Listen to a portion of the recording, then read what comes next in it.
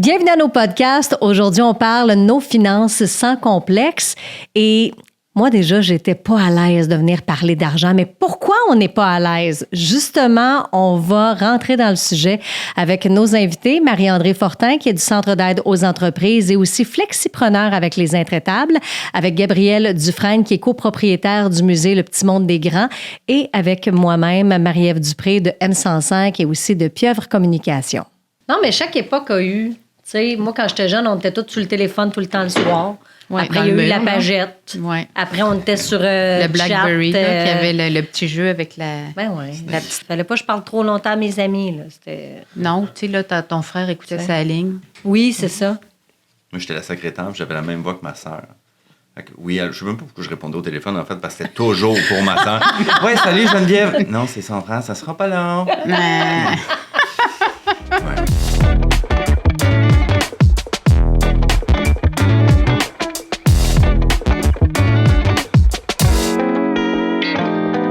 Mais on se dit bonjour pour commencer ou... Je pense qu'on rentre dans le vif du sujet. On part direct là, de même. Ben, je pense qu'on peut te souhaiter tout de suite bon anniversaire.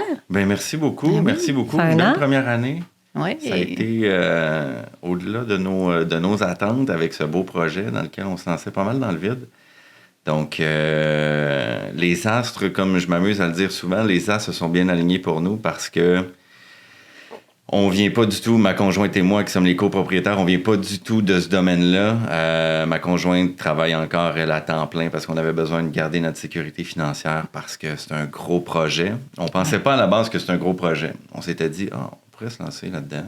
On loue un local, trouver les trucs. C'est un 300-400 000, mettons, d'investissement. On aménage un local, on fait ça. Et naïvement, on s'était fait dire, et on a cru, ça fait dire par quelqu'un qui travaille dans le milieu financier, vous n'avez pas besoin de mise de fonds. Vous allez pouvoir avoir votre projet, pas de mise de fonds, on peut vous financer 100% des choses. On a rencontré une couple d'acteurs du milieu touristique et des affaires, puis on leur a dit ça, puis tout le monde était comme, je suis pas sûr que vous allez réussir, mais le partenaire financier nous disait, non, je suis sûr que je suis capable de vous arranger quelque chose. Fait que nous, naïvement, on continue nos démarches, puis de fil en aiguille, on réalise que de louer une bâtisse, c'est pas nécessairement la meilleure des idées. Donc on se dit, on va en acheter une. On avait commencé notre montage financier de mise de fonds de zéro sur un 300-400 000 à finir avec un projet où on a 25 % de mise de fonds sur un projet de plus de 2 millions. Parce que, donne-nous donc juste un aperçu, Gabrielle. Tu sais, là, tu dis que tu as un édifice que vous avez acheté, mais qu'est-ce que ça prenait pour le Petit Monde des Grands? C'était quoi vos besoins de départ, là? Oui, fallait, en fait, nous, on voulait se distinguer en ayant des vraies choses. Donc, c'est sur les métiers. On voulait, sur les métiers que les enfants rêvent de faire quand ils vont être grands, donc on voulait avoir les classiques voitures de police, ambulances, camions de pompiers, avions. Donc, ça nous prenait une bâtisse dans laquelle on pouvait rentrer des véhicules. Donc, déjà là, pour louer une bâtisse, puis... Ça prend quelque chose de gros. qu'il n'y en a pas tant. C'est limitant, c'est assez limitant. Mais on a réussi, honnêtement, à trouver la bâtisse parfaite qui était dans un état où il y avait beaucoup d'amour à donner à la bâtisse, mais on pouvait la modeler comme on le voulait, donc en faire vraiment ce qu'on voulait.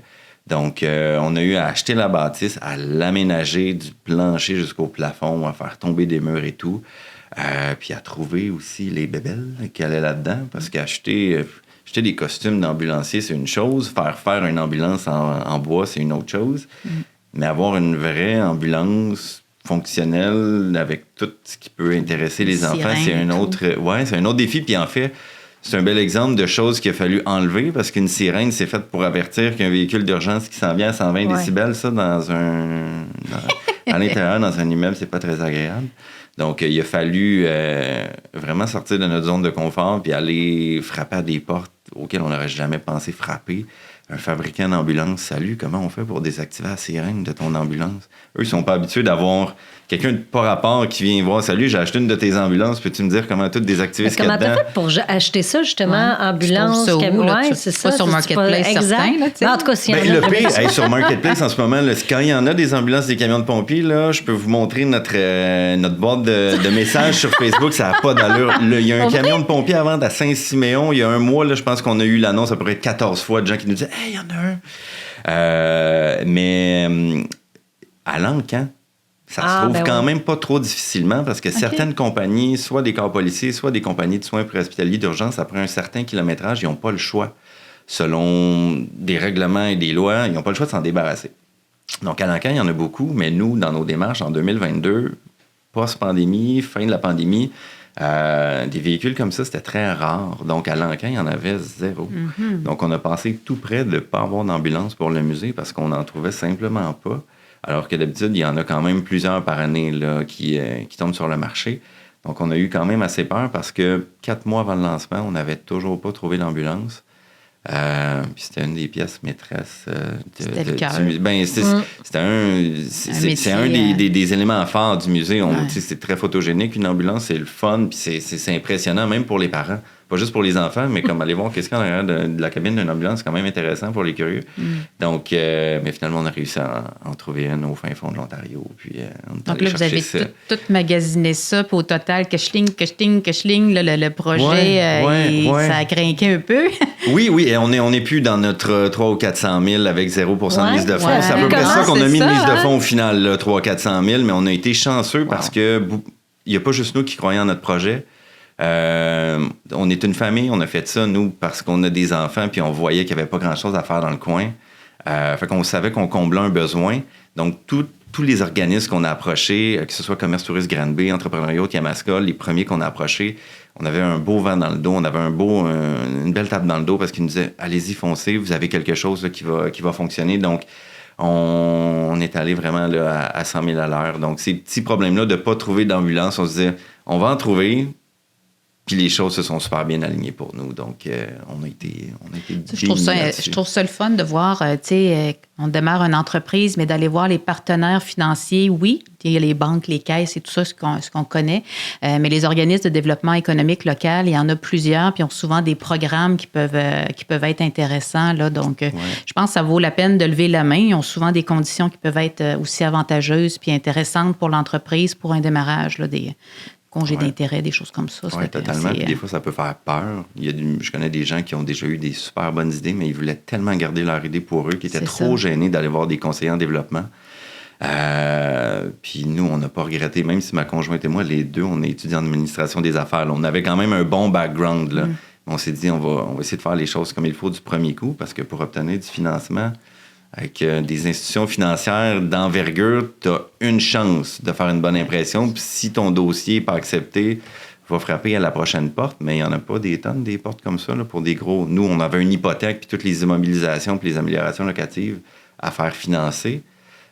Donc, on a eu un super bon accompagnement. Puis sans ça, on n'aurait jamais pu ouvrir le musée. Mais moi, je te trouve bon parce que, vous l'avez fait en couple, mais... Personnellement, là, je serais juste... Tu dis 300, 400 000. Moi, juste 50 000, là, je dormirais pas pendant des jours. C'est juste des zéros, Marie-Ève. Je sais, mais je sais pas. Il y a quelque chose avec l'argent qui fait qu'on est vite stressé, me semble.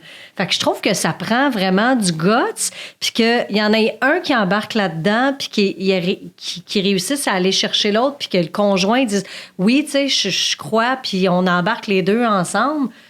Chapeau, bravo. Je veux juste le dire parce que c'est ça. Je pense que c'est pas donné à tout le monde d'être... je vais même dire le mot gambler un peu. Beaucoup. Beaucoup. Puis, mine de rien, on s'est lancé vraiment dans le vide, nous, avec ça. C'était un gamble, mais tous les échos qu'on avait, c'était comme « Ah ouais, il y a quelque chose là. » C'est pas comme si on faisait de l'aveuglement, que là, on veut se partir quelque chose qui a déjà... non, ça n'existe pas. Partout et tout, puis qu'on se distingue pas tellement. Là, on voyait que tous ceux à qui on en parlait, puis on est même allé voir des entreprises concurrentes comme le Zoo, leur parler, OK, qu'est-ce que vous pensez de ça? Est-ce que c'est un projet qui fait du sens selon vous? Puis même eux étaient comme, ben oui, il y a tellement de saisonnalité dans l'offre touristique en ce moment avec le parc aquatique à Bromont, avec le Zoo, qu'il n'y a rien l'automne, il n'y a rien au printemps. Mais nous, on vient combler ce vide-là, puis on vient renforcer le pouvoir d'attraction de la région, même quand il pleut, parce qu'ici, on est quand même gâtés en activité extérieure. Mais à l'intérieur, il n'y avait pas tant de choses que ça pour les familles. Mais là, on vient combler la saisonnalité, puis aussi avec la météo. On s'est dit, OK, je pense qu'on a vraiment quelque chose. Fait que, oui, il y a eu des zéros de plus d'un point de vue de l'investissement qu'on a dû mettre, mais on voyait qu'il y avait tellement un beau potentiel que ça valait la peine. Puis, il y a des programmes, tu parlais tout à l'heure, qu'il y a des programmes qui existent. Bien, nous, on est allé voir Entrepreneuriat Yamaska et il y avait un programme de soutien aux travailleurs autonomes. Et grâce à ça, j'ai pu me lancer dans le vide en faisant un certain gamble, mais j'avais un mini salaire, l'équivalent du chômage, qui me permettait de lâcher mon emploi, puis de me concentrer sur le projet, puis de pouvoir m'assurer que ça voit le jour. Donc, moi, je suis curieuse. Tu sais, là, en affaires, là, avec ta blonde comme ça, puis là, qu'on parle d'argent, est-ce que c'est un... Tu sais, y a-tu des fois une barrière de dire hey, je suis pas pour y dire ça, là, le paiement s'en vient, puis je pense que j'ai la chienne, puis je sais pas, tu sais, parler argent avec sa blonde ou parler argent avec son équipe, c'est comme deux choses, là. C'est-tu... ça dépend peut-être du conjoint qu'on a, mais ma conjointe, c'est ma meilleure amie. On est comme ça, donc on avait déjà cette relation-là de transparence à 100%. On a des enfants ensemble, on a une maison ensemble, puis ce projet-là est né en faisant une activité ensemble. Puis j'ai dit, hey, ça serait le fun de faire ça chez nous. Puis ma conjointe a juste répondu, ben go. Wow. Donc, c'est go. On est parti là-dessus. Puis quelques mois plus tard, on faisait l'offre d'achat sur la bâtisse. Puis là, 1 an plus tard, tu regrettes pas? Ah, mon Dieu, tellement pas. C'est tellement le fun, honnêtement. Là, j'ai du plaisir à tous les jours. Puis c'est le fun de voir les enfants avoir des étincelles dans les yeux dans ce beau projet-là qu'on avait en tête. Puis là, de voir concrètement que toutes les as se sont alignés comme il faut, qu'on l'a eu, l'auto de police qu'on voulait, puis que le service de police de Granby et la ville de Granby ont fait comme, OK, on le fait parce qu'on sort complètement des sentiers battus avec ça. Là. Je suis allé chercher la voiture de police au poste, puis c'était particulier. Là. Tu l'as conduit jusque là-bas? Non, pas du tout. C'était sur une remorqueuse. Okay, puis, mais j'ai quand même eu une policière qui m'a donné les clés, disant comme, ouais, c'est la première fois qu'on donne une voiture comme ça à un civil, puis c'était quand même un beau moment. Là, en fait, presque chaque station dans le musée nous ont fait vivre là, des expériences qui étaient assez hors du commun. Y a-tu des nuits que tu n'as pas dormi? En ficelant tout ça, là, parce que quand même, c'est un bon projet aussi. Là, mais, plusieurs nuits, en fait, avant d'obtenir le financement. Honnêtement, on a fait notre offre d'achat en décembre 2022, puis on a acheté la bâtisse en octobre 2023. Okay. Ça a été quand même... Puis on a ouvert en mars 2024. Donc, une fois qu'on a pris possession de la bâtisse, tout a déboulé super rapidement. Mais avant d'obtenir le financement, de stretcher tout ce qu'on pouvait, par chance, notre maison a pris de la valeur parce qu'on a été capable d'aller chercher de l'équité là-dessus. On a eu le CAE qui nous a aidé de nous faire des prêts personnels qui comptaient comme une mise de fonds. Puis c'est pour ça aussi que ma conjointe a gardé son emploi, parce que là, mes dents sont pas en garantie, mais honnêtement, tous nos biens sont en garantie. Là, c'est le fun d'en avoir un aussi que tu te dis, s'il arrive quoi que ce soit, il y en a au moins un qui est stable. Puis un jour, peut-être, elle pourra faire le saut avec toi parce que là, vous serez peut-être encore plus safe, mais j'imagine que ça doit être ça là, qui sécurise. Ça nous prenait quand même la sécurité qu'on a, c'est celle-là. Après ça, c'est OK, est-ce que nos prévisions ont bien été faites?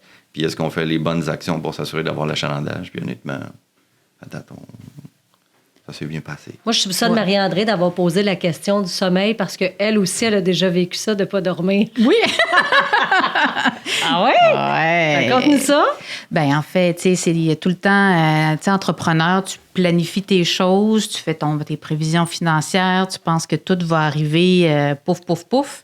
Puis des fois, il y a comme tu racontais, il y a des délais, des choses comme ça. Ça fait que des fois, la nuit, on se réveille puis on fait des calculs de dire, matin, un petit peu ça, on peut-tu retenir? Je peux-tu devancer, aller chercher de l'argent, les comptes recevables? Donc, tu sais, de brasser un peu tout ça. Mais ça crée certaines nuits d'insomnie, effectivement. Ouais. L'argent, ça, je pense que je connais pas beaucoup de monde qui sont à l'aise, tu sais, avec l'insécurité financière, tu sais, qui se disent, ben justement, je sais que il y a rien qui s'en vient pour l'instant, ou en tout cas, j'espère que ça va venir, puis je dors bien. C'est ça, le carnet de commandes, il est vide, ou dis, là, à chaque fois, il y a tout le temps il y a plusieurs défis, là, quand on est travailleur autonome. Donc, moi, j'ai fait le travailleur autonome à temps plein. Donc, moi, j'ai essayé plusieurs choses. Mais travailleur autonome, c'est ce que je trouvais difficile, de tout le temps. C'est ton temps, ton horaire. Parce que là, t'as les deux. T'as ton entreprise, Oui, là, je me suis sécurisée. Tu sais, j'ai été travailleur autonome, puis ça, j'ai trouvé ça difficile, justement, pour les rentrées d'argent, parce que quand tu es tout seul, il faut que tu ailles faire ta prospection, il faut que tu fasses tes opérations, il faut que tu livres ta marchandise aussi. Fait que des fois, quand tu manques tu fais pas ton développement des affaires ou les contrats rentrent pas, ça fait que j'avais trouvé ça assez rough, là, ce bout-là. Ça a été des nuits d'insomnie, mais j'avais été chercher un mentor. Hein. Ça existe des gens qu'on peut se confier sans... comme, dans le fond, qui est déjà passé par là. Mais suite à cette expérience-là, je suis allée me chercher un emploi. Donc, je suis au CAE, Centre d'aide aux entreprises. Puis, l'entrepreneuriat est encore là. Donc, j'ai acheté une entreprise existante. Donc, on dit que je suis flexipreneur, c'est-à-dire que j'ai un emploi et une entreprise en même temps. Puis, j'ai aussi le reprenariat que je trouve plus facile parce qu'il y a déjà des contrats, il y a déjà des engagements, donc il y a déjà du staff. Donc, ça roule déjà. Donc, là, les fournisseurs, c'est déjà tout établi. Donc, je trouve ça plus facile, si on veut. Il y a des défis aussi, mais je trouve que c'est plus facile que de démarrer de zéro. Donc, je te lève mon chapeau. Merci. Mais j'admire aussi comment tu as trouvé ça. Le reprenariat, c'est quelque chose, je me demande toujours, OK, on en entend de plus en plus parler, oui. Que la relève est importante et qu'au-delà de se partir d'une entreprise, il y a justement le reprenariat, mais comment c'est arrivé? En fait, c'est souvent le bouche à oreille. Hein? Quelqu'un, je cherche à vendre mon entreprise, connais-tu quelqu'un? C'est mon chum, en fait, qui m'a présenté l'entreprise à vendre. Moi, je trouvais ça super intéressant parce que ça l'implique, c'est seulement les avant-midi. Donc, ça me laisse les après-midi pour pouvoir travailler au CAE. Donc, en termes d'horaire, c'était correct. C'est un défi, par contre, au niveau des horaires. Là, mais on fait beaucoup d'heures, mais ça s'est présenté comme ça. Rencontre ça, oui, ça serait le fun, tout ça. Donc, fais la proposition d'achat. Donc, là, les finances embarquent aussi, là, comment qu'on finance ça. Donc, il y a des balances de prix de vente qui sont intéressantes. Okay. Donc, le vendeur peut te financer. Okay. Donc, il y a différentes façons de jongler avec ça, mais ça s'est fait. Donc, je termine ma 4e année, puis j'aime ça. Oui, vraiment. Puis là, celui à qui t'as acheté, il n'est plus du tout là, dans l'entreprise. Non. Il a-tu été là avec toi au début ou pas du tout? Non, pas. Lui, il a racheté une entreprise lui aussi de son côté. Donc, il était assez occupé avec son entreprise. Mm-hmm. Puis moi, de mon côté, mais les employés étaient là depuis très longtemps. Donc, c'est eux qui avaient vraiment beaucoup les opérations. Donc, j'ai embarqué là-dessus J'ai fait mes essais et erreurs, mais je me suis organisée avec ça. Ouais. Wow. Puis obtenir du financement pour ça, parce que j'imagine qu'acheter une entreprise, ça vient avec l'achat de l'entreprise, mais pour ce qui est du financement, est-ce que ça prenait des montages financiers particuliers pour pouvoir acheter? Non, c'est assez simple. Oui? Ouais, dans mon cas, ça a été assez simple. Il y a tellement d'outils qui existent maintenant. Là, il suffit juste de... On va se le dire, là, on fait juste une petite recherche puis on trouve assez facilement, je pense. Il faut juste aller les chercher. Ça prend juste ça. Des fois, c'est qu'on n'a pas nécessairement toujours le temps, me semble. T'sais. C'est ce que tu disais. Oui, c'est sûr que comme dans ton cas, plusieurs partenaires financiers, bien là, tu dis, bon, bien là, je mets mon chapeau de vendeur, là, je vais le rencontrer, fais ton pitch de vente à un, après ça, tu reviens avec ton petit paquet, ton petit bonheur, tu recommences le numéro 2, tout ça. Puis de tout coordonner ça, c'est sûr que les partenaires peuvent ils jasent entre eux autres, là, évidemment, mais tu sais, j'ai pas mis mon chapeau souvent. Donc, dans mon cas, moi, ça a été moins fastidieux, si on veut. Ouais. Tu sais, moi, dans mon cas, là, j'ai 2 affaires que j'ai vécues parce que je suis flexipreneur. Maintenant, j'ai mon entreprise, mais depuis plusieurs années, je travaille à la radio M105, qui est une coopérative de travailleurs. C'est vrai? Dans laquelle il faut investir au départ. C'est vrai? Fait que moi, j'arrive, j'ai comme 23, 24 ans. Il faut que j'investisse de l'argent. Pas un gros montant, mais pour moi, c'était un gros montant. Puis c'était même pas mon entreprise dans le sens où c'était pas juste moi, là. Ça existait pas toute seule, là. Non, ça existait déjà avant. Il y avait des gens avant moi qui avaient mis leur maison à garantie puis qui avaient justement pris le gamble que toi, t'as pris. Tu sais, une gang de 7 à qui je lève mon chapeau. Puis là, après, ben t'investis. Puis là, au fil du temps, ben ça se construit. Puis tu fais comme, finalement, ça se paye facilement. Mais j'étais pas toute seule, puis j'avais peur. C'est pour ça que je vous trouve bon, tu sais, de vous être lancé là-dedans. Puis dans le cas de mon entreprise, ben moi, j'ai vraiment démarré. Je pense que je suis la personne qui a le plus peur au niveau financier de nous 3. Je vous écoute parler, là, puis je vous admire. Non, mais c'est vrai, je vous admire. Tu sais, moi, là, je jongle ça fait des années que je jongle avec l'idée d'un jour peut-être me lancer à 100% dans mon entreprise, mais c'est tout le temps ce côté-là qui m'effraie, le côté financier. Puis j'aime encore ce que je fais aussi. Si j'aimais pas ça, je resterais pas, là. Mais je trouve ça sécurisant d'avoir ma radio à côté. Ben oui. Ce que j'aime faire. Puis de l'autre côté, ben avec mon entreprise, en tant que flexipreneur, je peux aussi faire ce que j'aime, mais petit à petit, ça se construit vraiment petit à petit.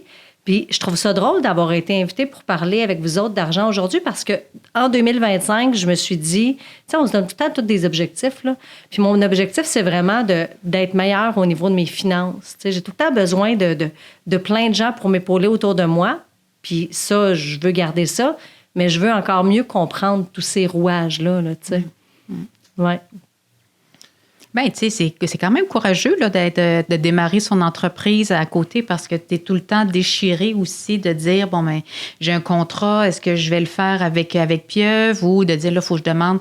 Ça demande aussi, au niveau avec l'employeur, une certaine flexibilité de dire, regarde, tu me libères-tu? Ou, moi aussi, je le vis, là, tu sais, des fois, Marie est où? Elle n'est pas là. Hein? Elle est où? Elle est prise, il y a un employé qui n'est pas rentré. Donc, tu sais, ça demande une certaine flexibilité au niveau de l'employeur. Ouais. Mais de ton côté, comme tu as mentionné, tu sais, ça permet de rassurer la famille en termes d'un revenu qui va rentrer, aussi peut-être un régime de retraite, des assurances collectives. Donc, tu sais, c'est des choses qui sont intéressantes pour la famille. Mais puis d'un autre côté, mais tu te dis, bon, mais si j'étais à temps plein dans mon entreprise, est-ce que ça irait plus vite? Comment ça... Puis financièrement aussi? Oui. Puis, tu sais, moi, j'ai vécu, je ne sais pas, Gabrielle, si tu as cet enjeu-là. Des fois, j'ai l'impression que c'est sexiste quand on parle de ça, mais j'ai l'impression que les femmes, on se pose toujours plus la question avant de se lancer en affaires. Mais comme je te dis, peut-être que c'est pas le cas. Là. Peut-être qu'en tant qu'homme aussi, tu as eu ce questionnement-là. Mais moi, c'est tout le temps d'être déchirée justement entre être avec mes enfants ou être en train de faire un contrat. Oui, bien, je dirais, c'est pas en tant qu'homme ou femme, on pensait à ça. Moi, c'est surtout en tant que père. Comme, là, on avait un certain confort, on pouvait se permettre des choses dans la vie. Est-ce qu'on met, parce que tu veux pas se mettre ta maison en garantie, c'est pas juste toi qui dors dans la maison, il y a tes enfants. Là. Qu'est-ce qu'on fait en plan B? Là, on s'en va chez ma mère, chez la belle-mère. Avec des enfants, ça change la donne. Mais dans notre cas, on avait quand même une certaine confiance. Puis on s'est dit, si on y va pas... à 100%, à 110%, on y va pas du tout. Par le passé, je m'étais déjà lancé en affaires, puis j'avais gardé ma béquille qui était mon emploi à temps partiel. Et j'ai un de mes collègues dans cette entreprise-là qui s'était parti de son bureau de comptable, puis il travaillait lui aussi encore à temps partiel. Puis quand je l'ai rencontré pour faire ma convention des actionnaires, il me dit, Gab, dès que tu te mets à 100%, tu vas voir, c'est là que ça va réellement pouvoir lever quand ton focus va là-dessus, si c'est ce que tu veux. Évidemment. Finalement, dans mon cas, ça a une chance que j'avais gardé mon autre job parce que finalement, ça a complètement planté. Donc, dépendamment du contexte, dépendamment de ce qu'on veut, dépendamment de où est-ce qu'on est dans la vie, tant qu'on assume puis qu'on y va à 100%. Mais je pense que tant qu'on écoute notre petite voix aussi, tu sais. Souvent, tu sais, on parle beaucoup du gut feeling, puis il y a des gens qui ne l'écoutent pas, ce gut feeling-là. Puis, tu sais, il y en a 1001 projets dans lesquels on peut embarquer. Puis des fois, notre petite voix nous dit embarque pas là-dedans pour l'instant. Tu sais. Puis il y a d'autres fois qui dit oui, saute à pieds joints. Tu sais, mais c'est ça, il faut l'écouter puis il faut se faire confiance. Ça, c'est une autre affaire, je trouve. Tu sais. Oui. On a de la misère à se faire confiance. Tu sais, les femmes, on voit souvent ça, là, au niveau de l'endettement, les gars vont aller plus vite chercher un prêt. Les femmes, ça va être un peu plus long. Mais aussi au niveau de la confiance, et souvent les femmes, ils vont douter aussi plus longtemps ou plus... leur petit écureuil, il va spinner pas mal là, versus un gars qui va dire, regarde, OK, moi je pars, bingo, je vais chercher mon financement, mon pick-up, puis je suis partie, je fais de la rénovation. Il y en a que c'est plus simple que pour d'autres. Mais je pense que c'est pour ça, on s'en était déjà parlé, Marie-André, toi et moi, que les flexipreneurs, c'est souvent plus des femmes. Oui, c'est vrai. Parce que, justement, on a comme besoin de cette genre de sécurité-là à côté, tu sais. Ouais, c'est vrai, même nous, dans le cadre de notre projet, c'est ma conjointe qui a gardé son emploi. Mais ça aurait pu être l'inverse. Mais honnêtement, ça m'aurait rongé. J'aurais pas été capable de rester, d'être impliqué dans le projet comme à temps partiel. Ça bouillait en dedans de moi. Quand on a commencé les démarches, ma conjointe était en congé de maternité, donc c'est elle qui avait le temps plein sur le projet. Puis je travaillais, puis j'avais hâte que les journées finissent, même si mon emploi était super le fun.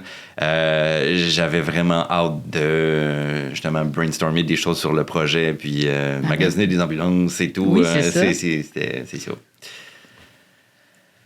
Ouais. On est comme dans un petit moment drabe. Oui, c'est ça. Non, mais ça vaut tellement la peine. Je regrette tellement pas d'avoir fait ce move-là. Puis après 1 an, je retournerai jamais travailler pour quelqu'un d'autre. Puis c'est pas le fait d'être entrepreneur, c'est le fait de voir mon projet vivre. Mais je pense qu'on a ça. T'as l'appel à un moment donné. Tu sais, un peu comme ceux qui s'en allaient vers Dieu à l'époque. Non, mais t'as l'appel de l'entrepreneuriat. Ouais. T'as ça en dedans de toi. Ça brûle, là. Tu te dis, là, il faut, là, tu sais. Oui. J'y vais, puis, ouais. Même si c'est pas toujours facile, là. Non, mais si on n'essaie pas... C'est Wayne Gretzky qui disait qu'on manque 100% des chances qu'on prend pas. Là. C'est tellement vrai. Mais c'est ça. Puis c'est une philosophie qu'on a beaucoup à la maison. OK, on pense qu'on le fait, go. Puis on ose, puis on sort des sentiers battus, puis on est à la recherche de l'inconfort, puis on sort de notre zone de confort. Puis honnêtement, les plus belles choses à date qui nous sont arrivées dans la vie, nos enfants, notre musée, c'est 2 choses qui nous ont complètement sortis de notre zone de confort, mais c'est le fun d'être là. C'est déstabilisant au début, mais c'est le fun d'être en dehors de sa zone de confort. Donc, même si j'étais fonctionnaire chez Hydro-Québec avant, puis là, je suis rendu propriétaire d'un musée pour enfants, je suis sorti de ma zone de confort, puis c'est la plus belle chose qui pouvait m'arriver. Là. Moi, j'ai une question pour vous autres parce que j'ai besoin peut-être de valider certaines affaires. Fait que vous êtes 2 autres entrepreneurs, je vais voir qu'est-ce que vous faites. Au niveau de vos comptes que vous faites, est-ce que vous laissez ça à quelqu'un extérieur ou le dimanche, là, vous vous asseyez en arrière de votre ordinateur, puis là, vous faites vos affaires, puis... La comptabilité? Oui, tout ça. Faites-vous ça vous-même? Laissez-vous ça à quelqu'un d'autre? Faites-vous ça à chaque semaine, à chaque mois, à chaque 3 mois? Ben, moi, je me suis entourée. J'ai été chercher quelqu'un qui fait ma tenue de livre. Moi, je cumule toutes mes choses. Je fais ma fiche, là, je mets toutes mes choses dedans. Puis c'est elle qui fait mes fins de mois parce que je suis capable. J'ai fait ça longtemps. Il y a pas que c'est pas que je suis pas capable, c'est juste que j'ai pas le temps. Ça fait que ça, à un moment donné, tu sais, je veux pas, là, avec un emploi, une entreprise, avec j'ai des 2 filles aussi. À un moment donné, il manquait de temps un peu. Ça fait que... Puis là, j'ai fait l'erreur que les entrepreneurs font, c'est qu'ils mettaient pas leur état financier à jour. Ça fait que des fois, c'est difficile de prendre des décisions quand tu sais même pas ce que tu as fait le mois passé ou l'autre mois d'avant. Donc là, je me suis trouvé quelqu'un qui... j'ai investi et ça vaut vraiment la peine. Là. Je me sens, tu sais, dans le fond, c'est tout elle qui s'occupe de tout. Là. Fait que, ouais. Puis toi, Gab? Même chose. Dans mon ancienne expérience entrepreneuriale, j'essayais de tout faire moi-même. Je me disais, je suis capable, je sais comment, ça doit pas être si compliqué, je vais le faire. Et c'est pas une bonne idée. Surtout pour des choses comme ça, où si tu oublies de payer tes taxes, de redonner tes taxes au gouvernement après 1 jour, tu as des pénalités financières assez astronomiques. C'est le genre de choses qu'on a préféré, nous, faire par des gens professionnels. Puis, ça nous permet de mettre notre temps aussi, concentrer nos énergies sur ce qui génère de la valeur, puis faire rentrer plus d'argent plutôt que d'aller compter les choses. Donc, on s'est, nous aussi, bien entourés parce que... C'est le fun, c'est tout le temps à date. Là. Tu reçois ça. Oui, exact. Là, tu as ton bulletin tout de suite. Puis là, tu dis « ouais ». Ou « ouais ». Non, mais c'est parce que je pense qu'il y en a des jeunes entrepreneurs qui doivent se poser la question. Tu sais, justement, tout te dit qu'il faut investir. Il y en a peut-être qui se disent hey, « ça vaut-tu la peine que j'investisse? » Je pense que oui. En tout cas, moi, personnellement, là, je voulais me valider, mais vous me validez. Je fais la même affaire. Là. Je suis allée chercher de l'aide parce que... Une multinationale va avoir son département d'eux, mais quand tu as une entreprise, une PME, c'est pas sorcier non plus la tenue de livre. Là. Ça fait que ça y passera pas 300 heures à faire ça d'un mois. Là. C'est un pet. Là. Mais c'est pour ça. C'est juste que moi, je me faisais souvent dire ouais, mais c'est facile, fais-le toi-même. T'sais. Ouais, mais je veux pas le faire moi-même. Ça me tente pas. Ouais. 2, je veux que ce soit bien fait. Puis 3, effectivement, pourquoi ne pas investir pour être sûr que j'ai l'esprit tranquille, tu sais? Exact. Tu sais, tourne le gazon chez nous, sur le terrain, au musée, là, je pourrais le faire moi-même, mais le temps, l'heure et demie par semaine que je passerais là-dessus fait en sorte que je suis en train de générer de la valeur. Exact. Donc, c'est pas parce que tu peux le faire que tu es capable de le faire. Ouais, non, peut-être, ça pourrait être... oui, tu pourrais peut-être avoir une ferme ou quelque chose d'agricole, là, tu sais. Ah oui, t'as pas pensé à ça? Non, j'ai C'est un petit bout-là, là. Mets des moutons ou des chèvres en avant, là, pour faire ton gazon. Où les jeunes, ils peuvent tous essayer la tondeuse, chacun leur tour. Donc, ça nous coûte quand même cher d'assurance. On aimerait que notre prime reste quand même abordable. Non, mais blague à part, c'est une image, en fait, de dire c'est pas parce que tu es capable de le faire que ça vaut nécessairement la peine que tu mettes ton temps là-dessus, parce que des fois, tu vas générer... C'est pas si... la tenue de livre prend un certain nombre d'heures par semaine, mais la plupart des entrepreneurs vont être capables de prendre ces 2-3 heures-là par semaine pour générer... Tu sais, la tenue de livre se fait. Tu sais, c'est assez simple à faire, mais tu sais, c'est de l'interprétation aussi. C'est ça qui est le fun à faire aussi, de regarder ce que j'avais prévu versus qu'est-ce qui s'est passé réellement ou qu'est-ce qui s'en vient dans les prochains mois, justement, pour prévoir son cash flow. C'est là que tu le sais, là, mais c'est l'interprétation que tu peux faire de ces résultats-là, là, de compiler c'est tel que tel, là. Est-ce que vous avez écouté l'émission, justement, de toutes ces femmes qui ont réussi en affaires, là, vie de millionnaire ou de milliardaire? Je me souviens plus, femme non, de... j'en ai entendu parler, mais je n'ai pas écouté. Je trouvais ça drôle, comment, tu sais, c'est toutes des femmes, puis comment on parlait du rapport à l'argent, puis on disait à quel point, nous autres, les femmes, on a plus de difficultés à dire, ben même les Québécois, qu'on fait de l'argent ou qu'on veut faire de l'argent ou que, tu sais, on valorise moins ça, on dirait. C'est vrai, le succès, c'est comme tabou. Bien, le succès, mais surtout l'argent qui vient avec. Oui, c'est vrai. Comme si le succès, c'est correct, mais de faire de l'argent, par exemple, il faut quasiment pas le dire. Ça m'avait comme marqué d'entendre ça. T'sais. Je ne sais pas si c'est quelque chose qui va s'empirer avec le contexte qu'on a en ce moment où l'inflation et tout, le coût de l'épicerie, peut-être que le fait de les gens ont moins de sous disponibles, je ne sais pas si c'est un phénomène qui va s'amplifier, pas s'amplifier ou pas, mais non, même nous, on avait une voiture, puis avant de se lancer dans le projet, puis on voulait la faire lettrer pour le musée, puis on se disait, on le fait-tu, on le fait-tu pas, parce que c'est une voiture électrique, mais toutes les voitures électriques coûtent cher, puis on se disait, Colin, on va-tu avoir l'air de show-off, de lettrer la voiture? Pendant quelques temps, on l'a pas fait, puis finalement, c'est la meilleure chose qu'on n'aurait pas pu faire, là, parce que le monde nous parle, le monde nous croise. Hey, je t'ai vu à telle place. C'est un panneau publicitaire. Ben oui, meilleure décision, meilleur investissement, le 500$ pour faire lettrer l'auto. Hey. Meilleur investissement à vie en 500$ de pub. Là. En plus, ça passe au niveau des... Oui, en plus, ben oui, exact. Exact, ça permet de justifier les déplacements en plus. Oui, exact. Fait qu'investissement à faire dans les premiers. Tellement. Ouais. En tout cas, à moins de vraiment... quelqu'un qui conduit mal serait peut-être pas le meilleur des investissements à faire. Ouais, ou qui se tient dans des drôles d'endroits. Là, ouais. Tu vois le petit monde des grands au bar, chose. Là, on est couché. À l'heure des bars, on est couché, nous autres. J'avoue. Ça t'agace. Particulier. Non, mais on y pense. Quand on va quelque part, on essaie de se stationner. On se dit, bon, on est allé à la fête des familles à Drummondville en fin de semaine dernière. Puis on se dit, bon, on va essayer de trouver un bel emplacement de stationnement. Puis on débarque de l'auto. Hey, c'est pas en Granby, ça. Comme, yes, OK. C'est bon. Ça a fonctionné. Justificatif. C'est à la bonne place qu'on a pris. Oui, exact. C'est à ça que ça sert. Oui. Mais toi, est-ce que tu fais ta tenue de livre toi-même? Non. OK. Non, c'est ça. Non, ça fait quelques années que j'ai demandé à quelqu'un. Puis là, récemment, j'ai quelqu'un de nouveau qui s'occupe de mes trucs. Puis j'ai bientôt une rencontre avec elle, justement, parce que, comme je vous disais, je veux vraiment que 2025 soit une année où est-ce que je comprends encore un peu mieux comment ça fonctionne. Moi, j'ai parti très, très petit. Puis d'année en année, ça grossit ma business. Fait que je veux voir d'où je viens, puis où je veux m'en aller. Tu sais, j'ai jamais vraiment fait de plan. Tu sais, moi, c'était comme... Tu sais, il y a des gens qui prévoient, dans 3 ans, je veux ci, dans 5 ans, je veux ça. Moi, c'était tout le temps comme, ça y va. On verra. Exactement, tu sais. Puis là, cette année, je suis allée chercher de la formation, justement, avec le Centre d'aide aux entreprises, pour pouvoir peut-être éventuellement mieux gérer ça, le futur, tu sais, ce qui s'en vient. Moi, je pense qu'il faut si on veut quelque chose, il faut le dire. Ouais. Il faut le planifier. Hein, de dire, moi, à chaque année, je m'assois puis je fais mon canevas. Là, je regarde mon canevas puis je regarde, l'année prochaine, qu'est-ce que j'essaie ou c'est où les choses qui sont à travailler, puis je vais faire mes prévisions financières. Puis là, j'ai un objectif, je me mets en action.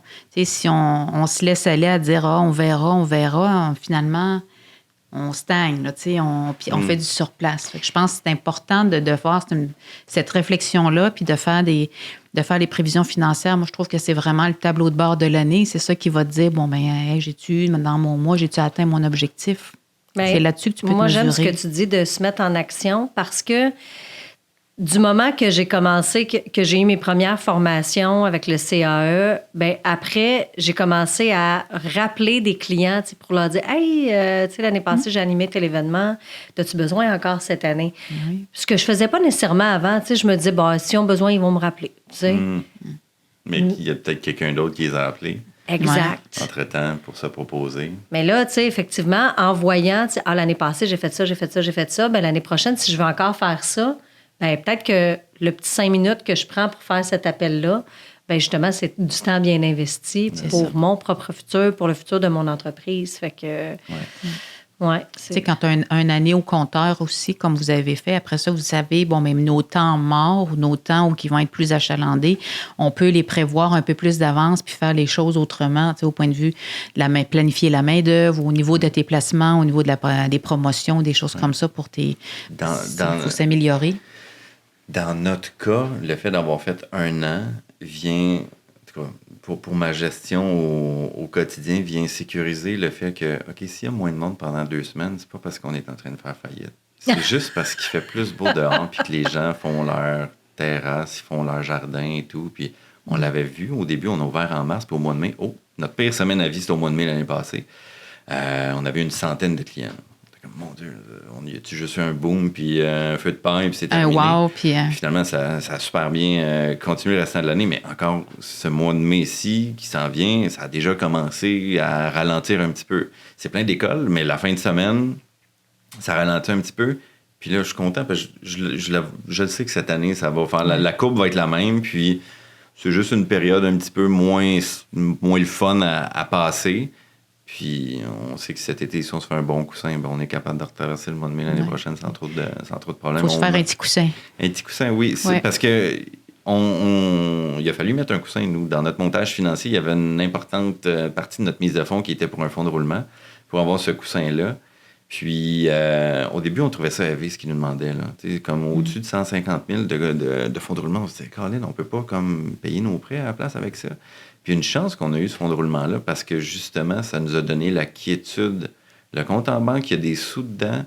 Concentrons-nous sur générer de la valeur, puis démarrer l'entreprise, puis apprendre aussi sur le fly. Mais c'est ce qui fait probablement qu'on a bien dormi parce qu'il y avait assez de sous dans le compte. Donc, on pouvait vraiment focusser sur mettre nos énergies à la bonne place. Puis, parce que si tu commences à manquer de fonds, je pense que là, tu peux te mettre en mode panique. Puis là, tu vas peut-être prendre des décisions moins réfléchies, puis comme tu vas tirer à plug sur des choses qu'il n'aurait pas fallu. Il aurait peut-être juste fallu que tu attendes 3 jours de plus, 1 semaine de plus. Des fois, ça peut précipiter là, des décisions. Là, quand tu n'as plus beaucoup de sous, des fois, tu l'as là, puis tu vois tes prochains paiements qui s'en viennent, puis c'est pas le fun. Là. Donc, dans notre cas, le montage financier qu'on s'était fait suggérer, puis qui a été approuvé, nous a permis d'avoir cette quiétude-là. Puis, si c'était à refaire avec demain matin, recul, je le ferais. Même si ça avait l'air plus élevé que ce qu'on pensait comme fonds de roulement, finalement, on a ça te permet de t'enlever l'inquiétude, justement, des fins de mois tout le temps qui arrivent. Le paiement, il est là, puis là. Fait que tu n'es pas dans la mode création, tu n'es pas dans l'opération, tu n'es surtout pas sur ton marché, voir vraiment qu'est-ce qu'il y a, les opportunités, qu'est-ce que le client recherche, ces choses-là. Là. Donc, c'est sûr que c'est plus rentable d'être de ce côté-là. Là. Donc, le coussin, c'est requis. Ouais. Parce que c'est des choses qu'on voit souvent, ça, au CAE. Hein. Les gens démarrent leur entreprise puis ils payent avec leur carte de crédit personnel. Ils payent ou ils vont chercher des choses comme ça. Qui fait qu'à rendu, le projet démarre, ils n'ont pas de coussin. Fait que le premier mois, il faut que tu payes ton fournisseur. Tu ne l'as pas, mais tu as acheté des équipements avec ta carte de crédit à du 18, 22, 24 %. Ça, c'est une erreur, justement, parce qu'il ne voulait pas aller voir un conseiller pour en parler avec quelqu'un. Il veut faire ça vite, parce que je ne vais pas me faire voler mon idée d'affaires. Ça vaut la peine de prendre le temps puis de se prévoir justement, de faire les prévisions puis de prévoir ce petit coussin-là. Puis souvent, ben il y a des produits financiers qui existent qui sont avantageux là, au niveau, entre autres avec le CAE. Là, on a des beaux produits avec des congés d'intérêt, des choses comme ça. Donc, c'est intéressant. Ça vaut la peine d'aller chercher ça. Là. Tellement. Pourquoi tu ris? Parce que tu as fait ça, toi, tu as payé toutes tes affaires avec ta carte de crédit. Je me reconnais. Non, mais c'est vrai, tu sais, puis Marie-André et moi, on a souvent parlé d'entrepreneuriat ensemble, puis de flexipreneur, puis tout ça, puis souvent, elle me raconte des affaires, puis je commençais, moi, tu sais, tout mettre mes affaires dans une boîte à chaussures, tout mettre mes affaires, puis attendre à la fin de l'année pour ouvrir la boîte, puis m'asseoir au bout, là, tu sais, le matin, puis faire comme, bon, OK, il faut que je sorte tout ça, puis, ouf, tu sais, c'est ça, on apprend. On apprend. Puis heureusement qu'on apprend, là, parce que sinon, chaque année, ce serait anxiogène. Si tu regardes avec le recul, là, 2 ans versus aujourd'hui, tu as fait du chemin, là.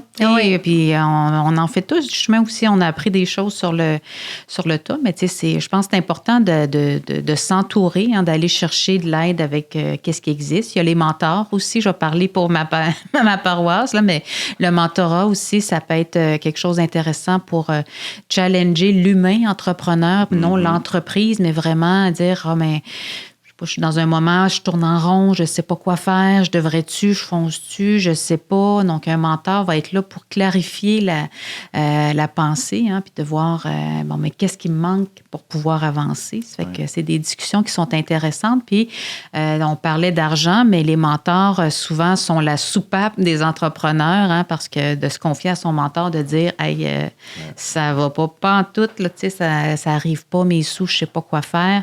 Le mentor va l'aider à clarifier cette situation-là dans sa pensée.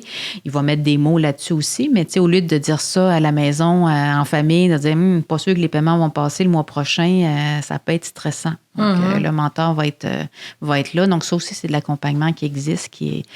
En termes d'argent, je pense que c'est tout le temps, ou même quand on a un nouveau défi, une nouvelle étape d'entreprise, ça peut être intéressant de se confier à un mentor, quelqu'un qui a déjà passé par là. Ben oui. C'est parce que ça nous fait cheminer aussi, trouver nos propres solutions.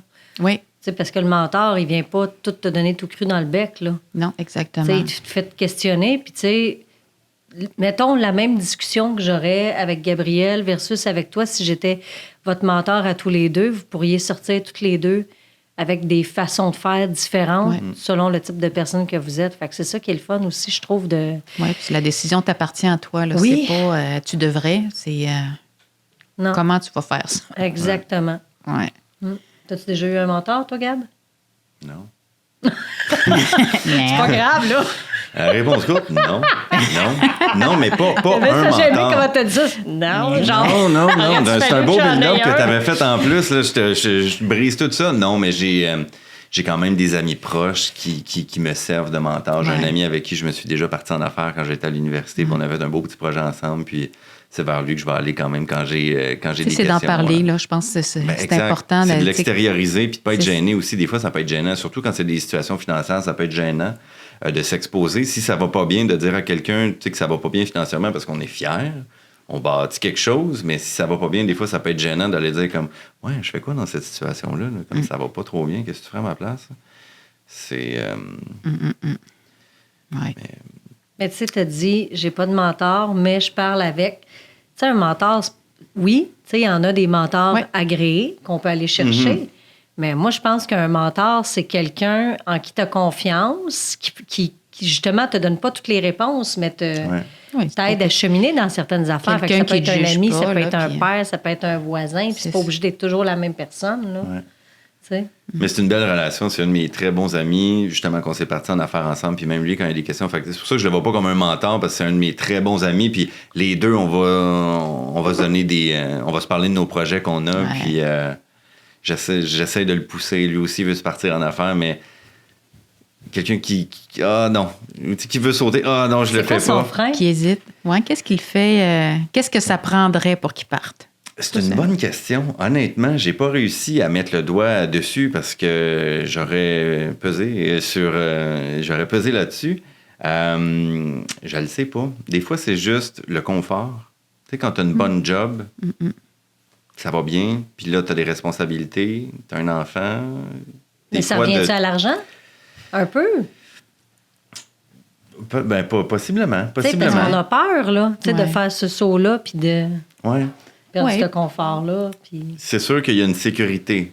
C'est quelqu'un qui est c'est un changement de routine total. Ben, c'est ça. Mais je pense que ça part de la volonté. Il y a une différence, je pense, entre vouloir être à son propre compte, puis réellement vouloir avoir son entreprise, puis faire ce qu'il faut pour se rendre là. C'est quand même tout qu'un chemin à faire, puis c'est quand même une grosse pression aussi sur les épaules, là, d'avoir la charge d'une entreprise comme ça. Là, c'est quand même toute qu'une pression. Tu sais, l'autre chose, moi, qui a pesé dans la balance pour l'entrepreneuriat, pour aller vers ça, c'est que moi, mes filles, 23 et 20 ans, donc là, tu te retrouves à avoir du temps. Et là, tu dis, mais là, qu'est-ce que je ferais bien, tu sais, à travailler, là, j'avais besoin de quelque chose. Puis ça a été quelque chose qui m'a vraiment tout de suite, là, allumé la passion tout de suite. Puis, tu sais, de ne pas compter le temps. Puis d'impliquer les enfants, les filles viennent m'aider aussi là-dedans. C'est que je trouve c'est des fois il y a le timing, l'avoir. Je sais pas si je l'aurais fait quand les enfants auraient été plus petites, mais versus là qui sont plus grandes, qui sont autonomes, c'est un autre timing. J'avais besoin de mon projet à moi, ça fait que c'est le fun. Tellement, oui. Oui, bien, il y en a qui ont la crise de la cinquantaine, il y en a qui... Non, mais des fois, les déclics se font là aussi. Là. On arrive à une période de notre vie, puis on fait comme, bon, ben ça fait un moment que c'est en moi, puis il faut se lancer d'une certaine façon. Là. Fait que, mais tu as tellement raison. Toi, tes enfants sont rendus dans vingtaine. Oui. Moi, tu vois, j'en ai une qui est encore en bas de 15. Tous sont jeunes. 3 et 6. Mais toi, en plus, c'est dans un domaine où est-ce que tu peux facilement les intégrer, là. Oui, c'était le fun de les intégrer au début. Ils testent comme testeurs de matériel. Ouais, mais là, ils sont un peu trop chez eux. Là. L'ambulance, quand on l'a finalement trouvée, il a fallu l'amener chez nous. Donc, pendant 3 mois, nous, ils revenaient de la garderie puis ils s'en allaient jouer dans l'ambulance. À un point tel où on allait quelque part puis il y avait une ambulance parce qu'il s'était passé quelque chose au centre d'achat puis ils allaient cogner pour rentrer dedans. Là, parce que c'était rendu une ambulance. Pour eux, c'était un vrai jouet. Là. On en a une à la maison. Oui, c'est ça. On a brisé nos enfants là-dessus. Il a fallu dire, en fait, à la garderie, comme by the way, s'ils vous disent qu'ils ont vraiment une ambulance puis qu'ils jouent avec un auto de police puis un avion la fin de semaine, c'est vrai parce que là, on est en construction. Et un avion. Ouais. C'était quand même quelque chose. Mais le projet, c'était pas facile de faire ça avec des enfants en bas âge, mais on l'a fait grâce à eux. C'est vraiment... Moi, je vous lève mon chapeau parce que c'est tout le temps le sentiment de... Tu sais, mais là, je vais le faire garder, pourrais-tu être là? Il y a tout le temps... on dirait qu'il y a quelque chose qui... Il y aurait toujours un prétexte. Il y aurait toujours une raison de ne pas le faire. Vrai. Sauf que une fois qu'on l'a fait, ben on le fait pour eux, puis eux sont tellement fiers de dire ça à leurs amis. Puis là, l'école vient au musée, la garderie vient au musée, fait que là, ils sont tout excités de montrer ça à leurs amis. Donc, on est contents. Effectivement, on a eu moins de temps avec eux. Puis ça a été des grosses soirées et tout. Puis papa et maman étaient fatigués, mais ça a tellement valu la peine, même s'il était en bas âge. Mais je veux vraiment dire de quoi là-dessus parce que je trouve que c'est important, ça, la fierté qu'on génère chez nos enfants. Là. Puis récemment, j'ai eu une conversation avec mes filles parce que... Puis c'est drôle, ça tourne un petit peu autour de l'argent parce que... je parlais avec mon conjoint, puis là, bon, j'avais eu une demande de très, très, très dernière minute pour animer un événement. Puis là, j'ai dit oui. Puis là, il me dit, est-ce que tu as demandé comme une surprime vu que c'était vraiment dernière minute?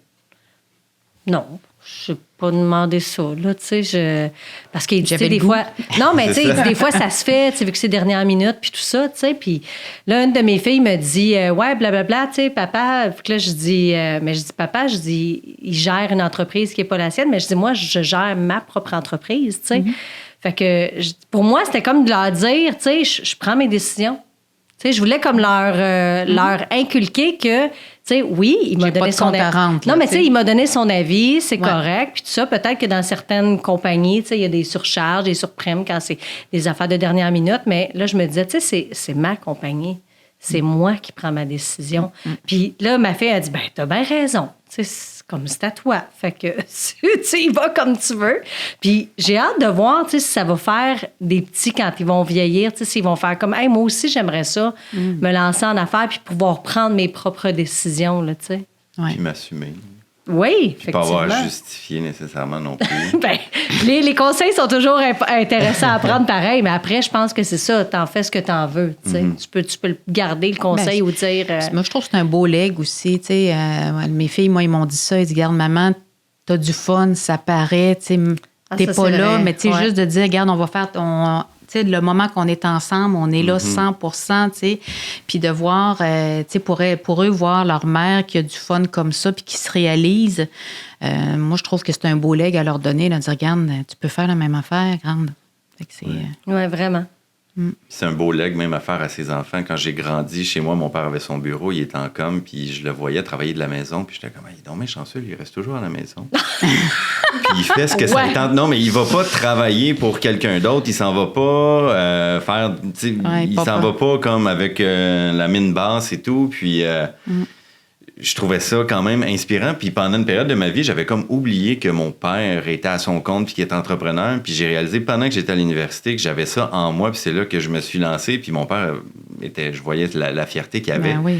Puis j'avais pas réalisé que j'avais eu ça en moi toute. Puis que j'ai grandi avec justement un papa qui travaillait de la maison. Puis que oui, il faisait des heures. Puis oui, des fois, il fallait qu'il parte. Puis oui, tu sais, c'est sûr qu'il y a les deux. Il y a du pour, puis il y a pas du pour, puis du contre. Il y a du bon, puis du mauvais, des fois. Là, mais tu sais, c'est. Mais ça peut être inspirant pour les enfants. Oui, c'est ça. Je pense que oui, ça là-dessus. Mais je trouve ça, quand tu dis il y a du bon, il y a du mauvais, je trouve ça tout le temps drôle quand les gens disent ah ouais, toi, tu es entrepreneur, tu peux choisir ton horaire. Oui. Oui, tu as du temps. Ah, tu peux prendre tes vacances quand tu veux. Oui, oui. Ouais. Tu peux aller faire ton épicerie sur tes heures de travail. Oui, vraiment.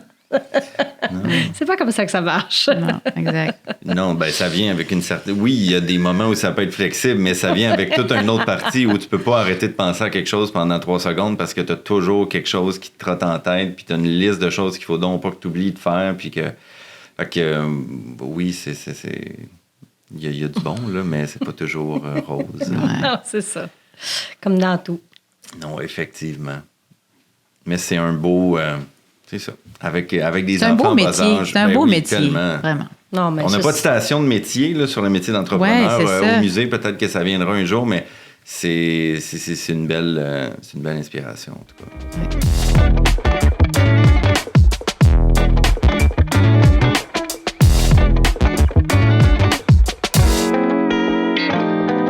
Un gros merci à nos invités, Marie-André Fortin du Centre d'aide aux entreprises, mais aussi Flexipreneur, puisqu'elle a Les Intraitables, qui est un service de traiteur, Gabrielle Dufresne, qui est copropriétaire du musée Le Petit Monde des Grands, et je suis aussi une flexipreneur, puisque je suis animatrice à M105 et je fais partie de la coopérative de travailleurs, mais aussi j'ai mon entreprise Pieuvre Communication. Un gros merci aussi à la MRC de la Haute-Yamaska, au Fonds des communautés, à la réalisation Laurent, et un gros merci au Cool Club.